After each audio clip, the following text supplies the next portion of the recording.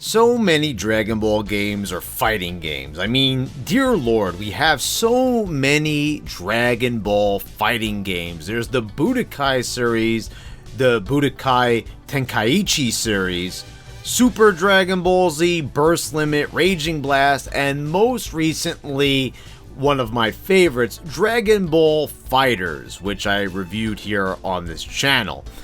And that's seriously just naming a very small handful of them.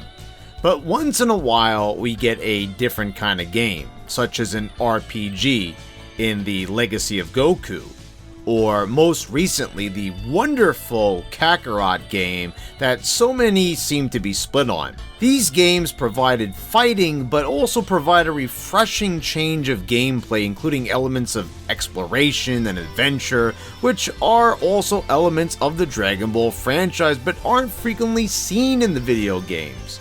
But notice these games revolve around Dragon Ball Z?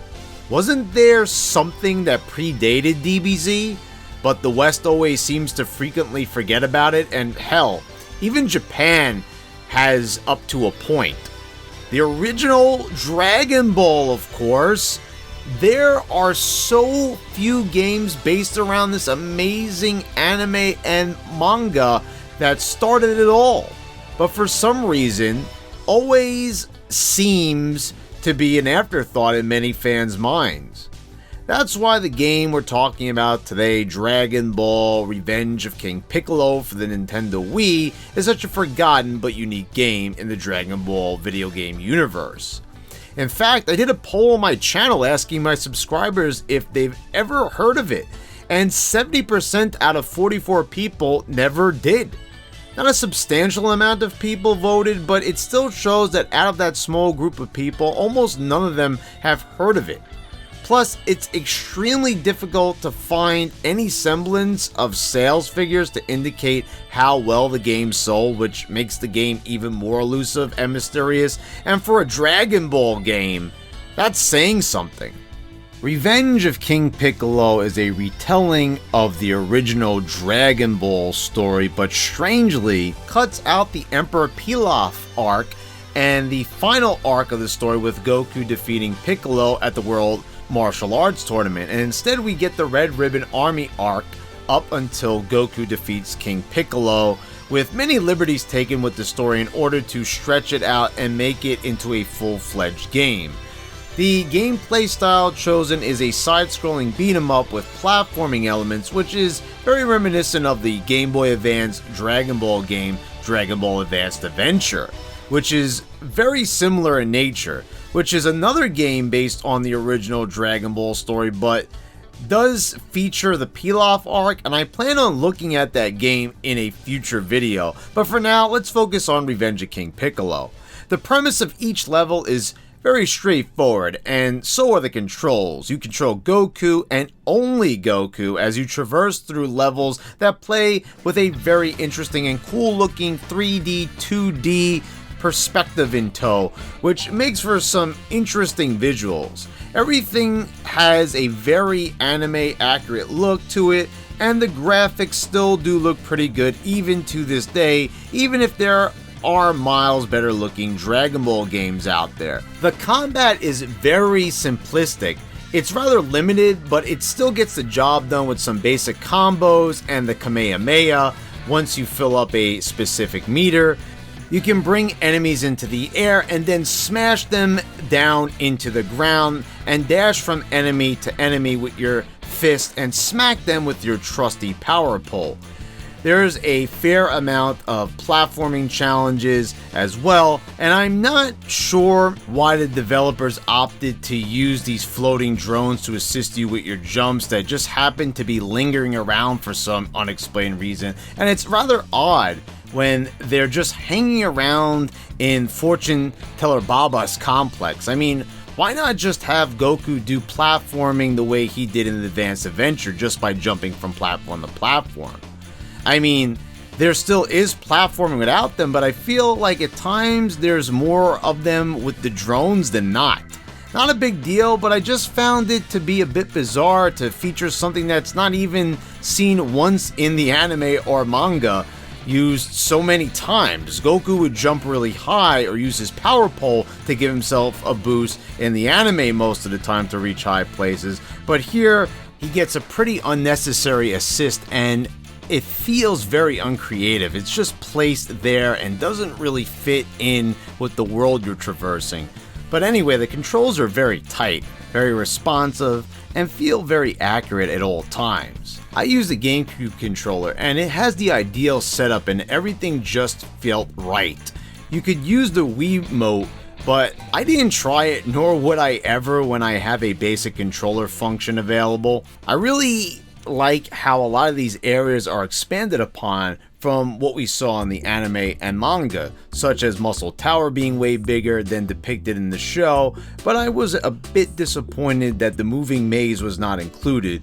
But we do get a bigger Japanese garden to explore leading up to the battle with Murasaki, and the overall tower does feel even more massive than in the anime. Plus, Baba's Palace is massive in comparison to what was featured in the anime, as you now have to battle your way to Spike and bandages by going through an underground complex filled with all sorts of hazards.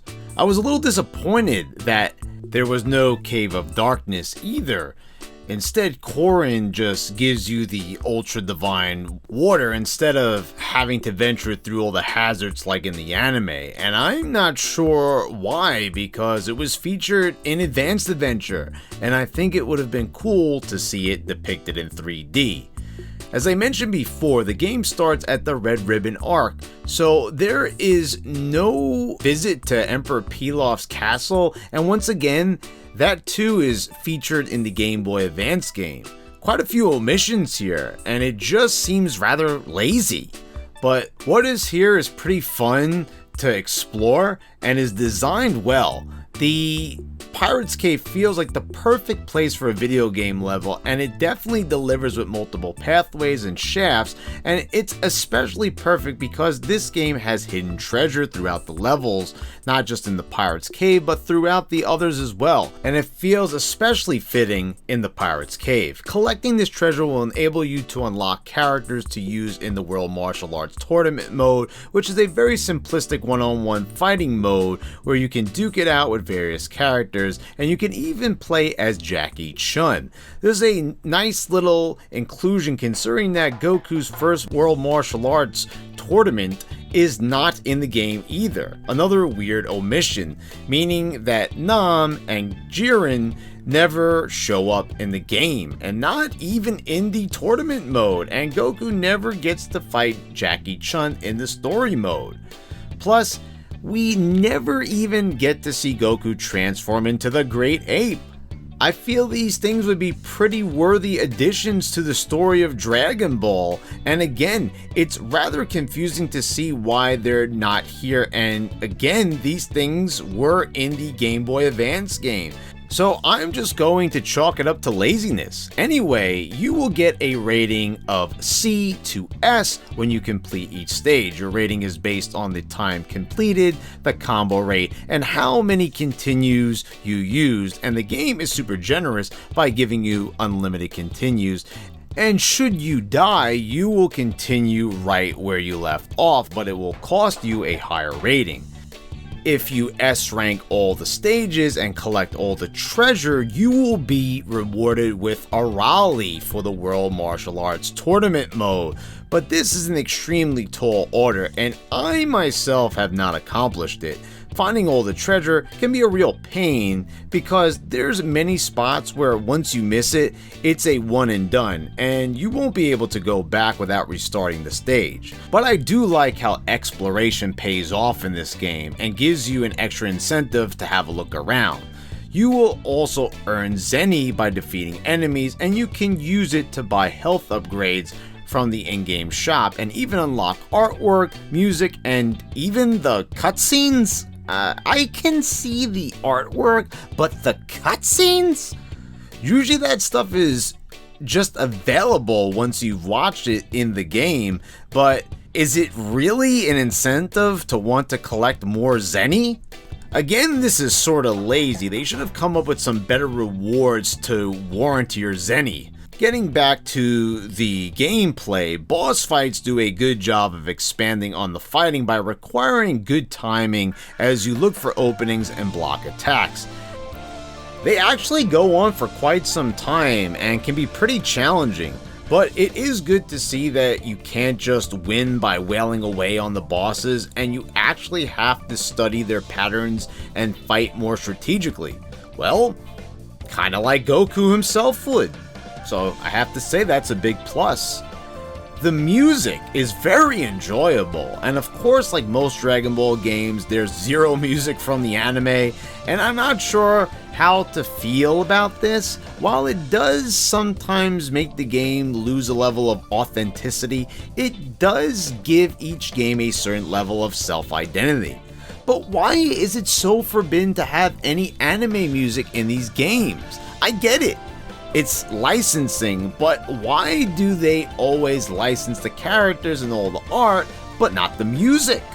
That's just always seemed weird to me. Kakarot started to rectify this by rearranging the Japanese Kikuchi music and making the originals available for purchase in that game and in Xenoverse 2 and Fighters. But damn, these licensing issues are so annoying at times, but I do love when game developers have to get creative with the soundtrack, and tracks like the surfer rock inspired tune in the Pirate's Cave and the Muscle Tower music are catchy little numbers to say the least.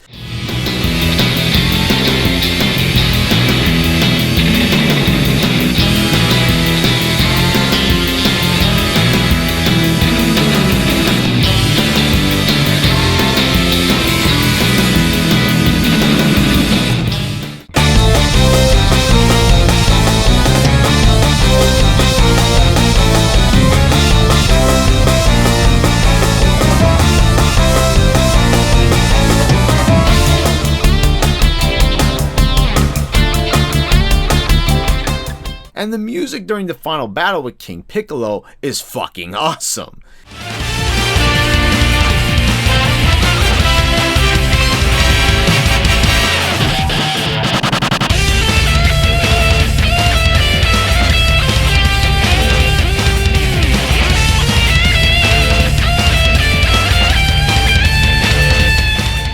Interestingly enough, some of the boss music is taken from Dragon Ball Z Budokai Tenkaichi 3. I don't think I've ever seen a Dragon Ball game directly take music from another game and reuse it. But as far as unique music, I really love the opening track they came up with because there's no mystical adventure theme. It's in Japanese, and I feel like this could easily be used in the anime.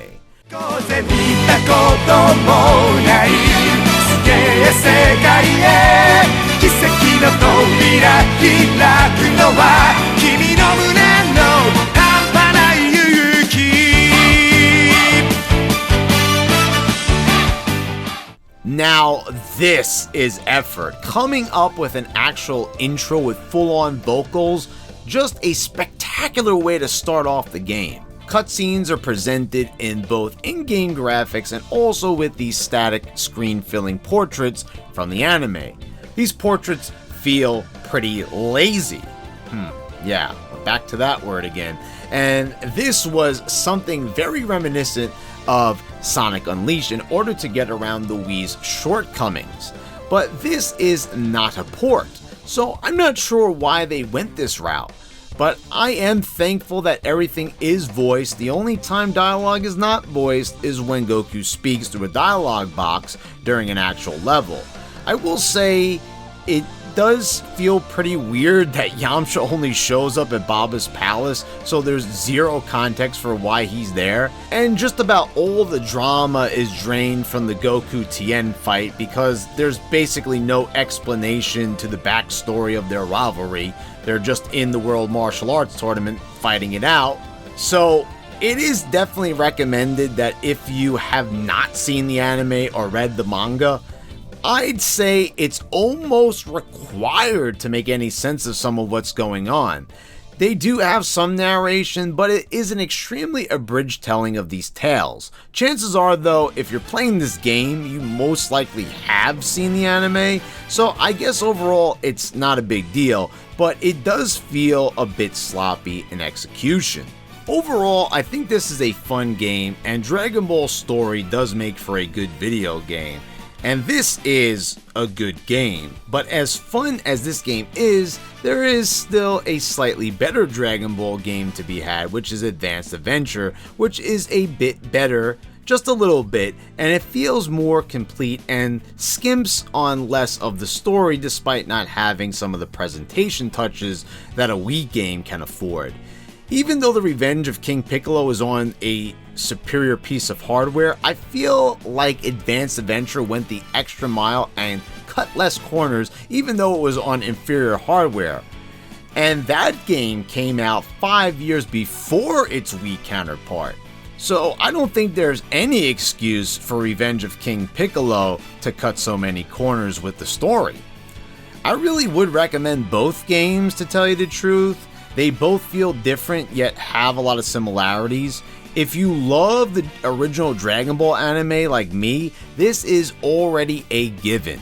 Play it now, and you'll thank me later. And don't worry, we will get around to looking at Advanced Adventure real soon. And thanks for watching, guys. I hope you all enjoyed the video. Please hit the like button if you enjoyed what you saw here today, and hit the dislike button if you fucking hated it. And click the bell so you get all notifications when I post all my new videos. And of course, I want to thank all my patrons for your continued support. Thank you all for watching today, guys, and I'll see you next time.